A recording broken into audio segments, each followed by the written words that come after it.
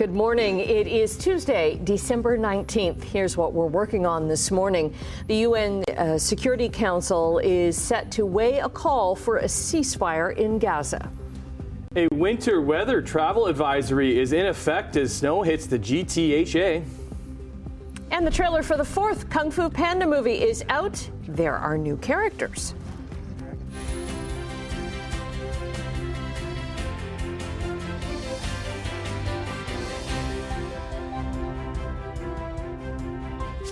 And there are these new vehicles on the road this morning. Snowplows and salters. So thank you to the crews for being out overnight. That's right, yes. I saw some of them this morning as I was coming in, working their way along Highway 5 or Dundas Street. Yeah, they're out there this morning, so be careful. So not tons of snow yet? No. There's not going to be tons? Not a lot, no. We've had a trace to maybe a centimeter or a bit more, and that's about it. Just enough to make the grass a little less green. That's about it. But it's a chilly start to the morning here. Temperature right now is sitting at -4 with a wind chill of -12. That's because that wind is a northwest wind. It is gusting to almost 50 kilometers an hour right now. So we've had some flurry activity. There's a little bit more, as we mentioned off the top, travel advisory, particularly now into the Niagara region. They could get about 5 centimeters of snow. It's still snowing a little heavier there throughout the moment. But that'll taper off to just some flurries. And then we could see a little bit of sunshine later today. But yeah, it's going to be a chilly day. High of only -2, wind chill about -6 as the day progresses. It'll be a little bit milder for the day tomorrow. We'll talk about that coming up. Quick focus on traffic here. Just quick because there's nothing happening. But of course, winter driving skills, once again, you'll need those today because some of the roads are a little bit slippery. 403 Waterdown Road, nothing to see right there. Just a few MTO traffic cameras. Centennial Parkway, there's no volume here. Top of the Burlington Skyway Bridge. Here's a look at Burloak. But I do want to show you this camera into the Garden City Skyway. Oh yeah, they're getting a little bit more snow through that area right now. As we mentioned, travel advisory in effect for there. All right, we'll look at the forecast in detail, and we'll check the traffic watch as well coming up. Right now, the news. Thank you, Brian. The United Nations Security Council has postponed voting on an Arab-backed Gaza ceasefire resolution and the release of Israeli hostages. The delay is to prevent a potential veto from the United States because of its close alliance with Israel. The 10-week war has devastated northern Gaza, prompting about 85% of the population to evacuate. U.S. and Israeli officials, along with Qatar's prime minister, met in Poland to negotiate the release of additional hostages. It's the first meeting since the ceasefire ended in late November. The UN says the conflict has resulted in over 19,000 Palestinian deaths, with thousands more buried in Gaza's rubble. Canada has joined 14 nations, including the UK, Australia, and France, in urging Israel to halt extremist settler attacks on Palestinians. The statement is warning that Israel should do more to stop extremist settler violence. Armed groups living in Israeli settlements have attacked Palestinians more than 340 times since the start of October, with 8 Palestinian civilians killed. The extremist violence has forced more than 1,200 Palestinians from their homes. The international statement calls for protection for people in the region. In an interview last week, Israel's ambassador to Canada suggested that Israel gives more weight to international concerns about its government policies. Canada is part of a new international force created to protect ships in the Red Sea that have come under attack from Yemen's Houthi rebels. The rebels, reportedly backed by Iran, have shared video of a drone attack on 2 cargo vessels. Oil and natural gas giant BP has joined 4 of the world's top 5 container shipping companies in avoiding the area because of attacks like this. About 10% of the world's trade passes through the narrow waterway between Yemen and East Africa, leading to the Red Sea and the Suez Canal. A lot of ships are now taking a longer way around the Cape of Good Hope, adding days to their voyages. This new protection force that Canada is part of will do joint patrols to protect ships going through the Red Sea. Let's bring you back home, and top story around these parts is Environment Canada. They have issued a winter weather travel advisory for much of southern Ontario. That includes Niagara. Northwest winds, as Brian was saying, gusting up to 60 kilometers an hour may result in some localized blowing snow. Travel could be a little hazardous due to sudden changes in the weather. The agency is warning drivers just to take it easy, slow down in slippery conditions, and watch for taillights ahead. And winds of more than 100 kilometers an hour are forecast on Canada's east coast. Last night, about 50,000 people were without power in Nova Scotia, as well as over 90,000 in the dark in New Brunswick. Now, volunteer groups in the Halifax area have bought ice fishing shelters for those living in encampments. Teenage boy has been taken to hospital with life-altering injuries after he was struck by a vehicle and suffered a head injury. This happened in Hamilton yesterday, around 8:30 yesterday morning at the intersection of Nash Road South and Glen Echo Drive. This vehicle was traveling southbound on Nash Road, and the teenager was on a scooter, which you can see on the roadway there, crossing the road right before he was struck. The severity of his injuries have been downgraded to now life-altering. The individual remains at hospital, and our traffic safety unit continues to investigate the collision. Police say details surrounding who had the right-of-way and the direction the team was traveling that does remain under investigation. The man known as Hamilton's HIV killer has been denied parole. Johnson Aziga has been convicted of manslaughter and other charges for not disclosing his HIV positive status to sexual partners. The Parole Board of Canada immediately rejected his application for day and full parole. 2 women died as a result of Aziga failing to disclose his status after he was ordered to do so. Earlier this year, a panel upheld his dangerous offender designation. It comes with an indefinite sentence. I want to give you an update now to yesterday's fatal single vehicle crash in St. Catharines near East Chester Avenue and Bunting Road. 29-year-old Cody Michael Black of St. Catharines has been arrested and charged with impaired operation causing death and bodily harm. Impaired driving, it doesn't seem to want to go away. And as much as all the efforts of all the community partners and with all the tragic stories that happen so unfortunately regularly, it continues to happen. There's really no reason for it. There's lots of opportunities for people to make good decisions, to not drive. Officers say a male passenger in his 20s was found to be in critical condition. Despite emergency efforts, the passenger died at the scene. The second passenger, a 19-year-old man, was taken to hospital with what is believed to be serious, non-life-threatening injuries. A 29-year-old man's been charged after child sexual abuse material was uploaded in St. Catharines. Niagara police launched an investigation into a Google cloud-based storage service back in August. During a search warrant at a home in St. Catharines earlier this month, they recovered several images and videos. Paul Nguyen Brown has been charged with possessing and accessing child pornography. Niagara College has been named the top research college in the country. It's the ranking the school's Vice President of Research, Innovation and Strategic Enterprises says will attract future students. He says they have their act together. I mean, they can actually, we're a middle-sized college, but we can really hit with the big boys, so to speak. And so when a student is considering where they're going to go to do their studies, they may look at that as a sign of quality. Niagara College has 4 innovation centers: business and commercialization, food and beverage, horticulture, and environmental sciences and advanced manufacturing.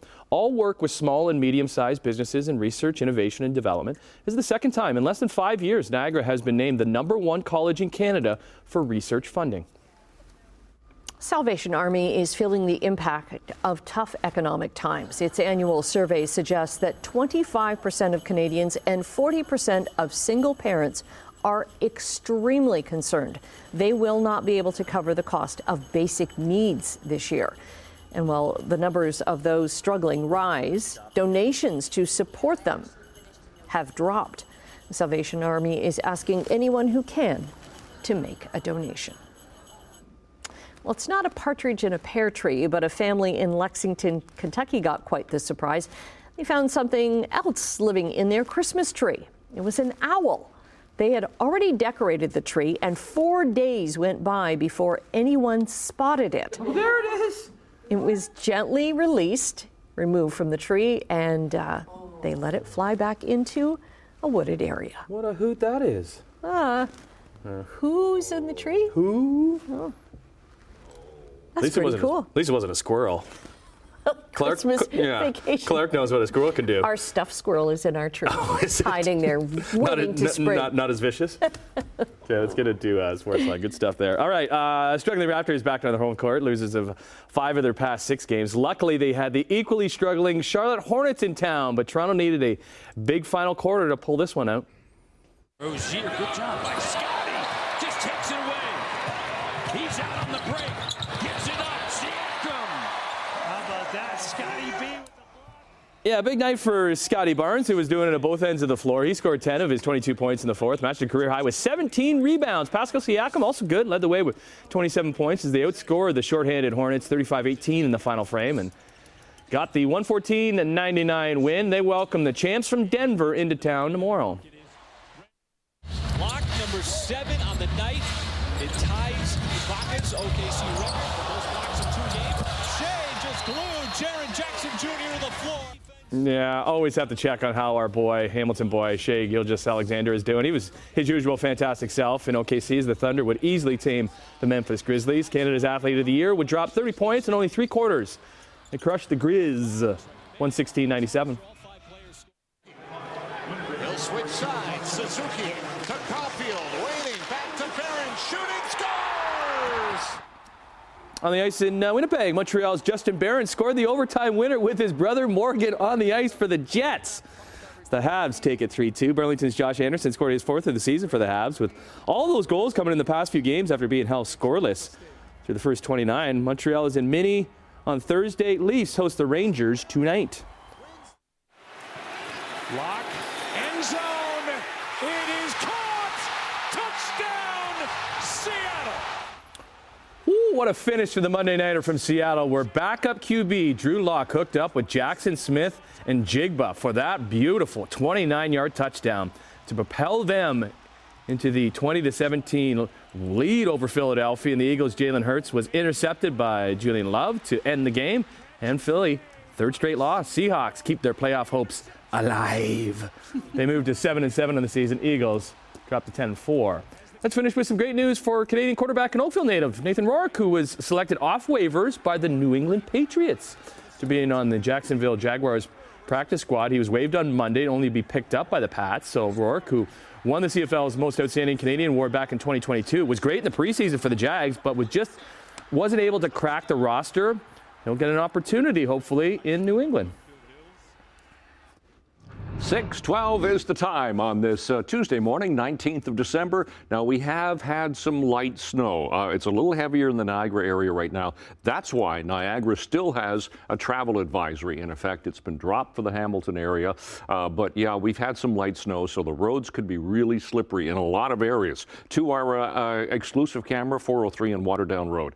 Not a lot to see right there. Now, a little earlier, this camera was really moving about because of the winds. To our MTO traffic cameras once again. This is the Garden City Skyway East camera. Well, there's no volume. I mean, you can obviously see or try to see that there's things, the traffic is moving okay. It's had a little bit of heavier snow through there. Centennial Parkway, nothing to see. 403 Junction looks pretty good. East of Royal Windsor Drive, nothing at all. And as we go to the 427 Gardner QEW combination, that's doing fine. Remember, please, I know it's a pain in the butt, but it's a good idea to brush off the lights and all the windows around the vehicle so you can see and others can see what you're doing and where you are. So please be careful. Look at our temperature at the moment. Temperature right now is sitting steady this hour again at -4, but the winds are lightening off just a little bit. They're now west-northwest 22 to 42, giving us a wind chill of -11. It is a cloudy sky to start the day. No problems with air quality again today in the low-risk category, so that's okay.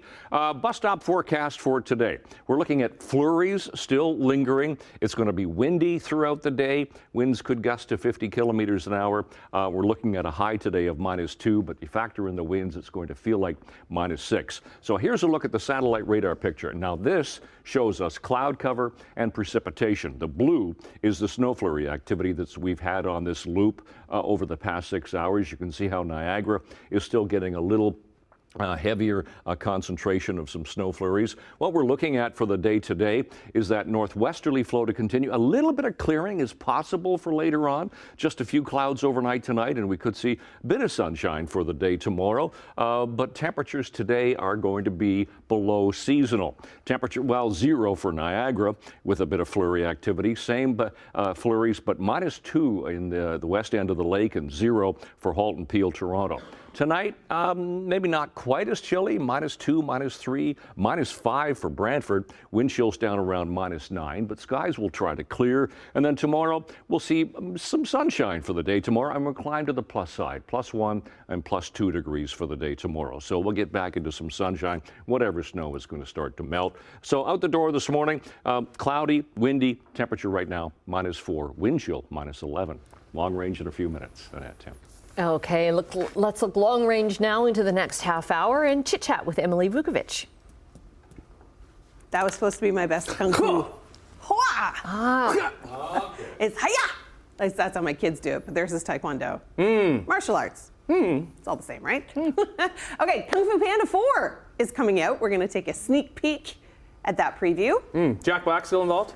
Jack Black is still involved and still as funny as ever. And Mariah Carey is back on top. We got to talk about that too. Okay. I listened to that song. Like, it came on yesterday, and I wanted to change it, but the kids were like, "No, Dad, I like this song." There is just one thing I need, and sorry.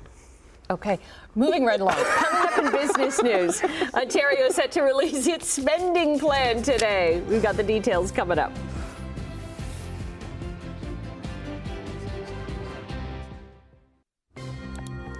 6:18 on your Tuesday morning. Canadian dollar up 7 basis points this morning to 74.71 cents US. Gold is down 30 cents. Crude oil is down 31 cents to $73.16.